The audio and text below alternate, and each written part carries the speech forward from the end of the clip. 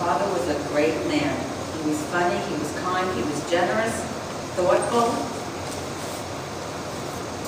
Especially, he was a very loving man, especially to his family. These are the things I remember, a little bit. When he took me horseback riding and the horse threw me, I never knew he could run so fast as he flew to my, fortunately, unhurt side. My dad knew I had a hard time learning,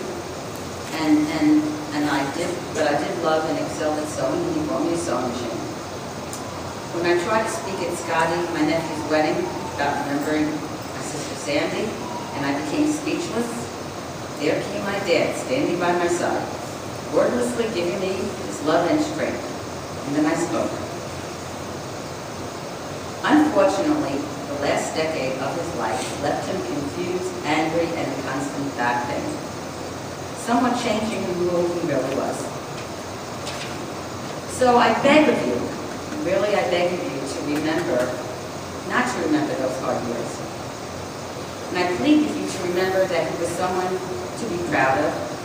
Like I said before, he was kind and funny and thoughtful, loving husband, dad, brother, grandfather, son, great-grandfather. How he said this: Dad was rich in the truest way, leaving behind many, many Jewish legacies. It's because of Dad that so many of us are here, religiously and physically. So Dad, you can be our guardian angel, and please, Hashem and Sandy, welcome him up there with a lot of smiles, hugs, and kisses. Want to say one more thing?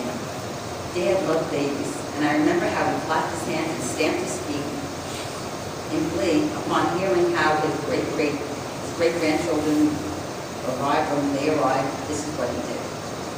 And last year, he would light up and smile whenever he saw little children, no matter how much he was uncomfortable. And if he was in shul with Howie took him every week to shul with him. As uncomfortable and painful he was, he didn't feel the pain as he was in shul. We will miss you, Dad. We will truly miss you, but you will always be here in our hearts.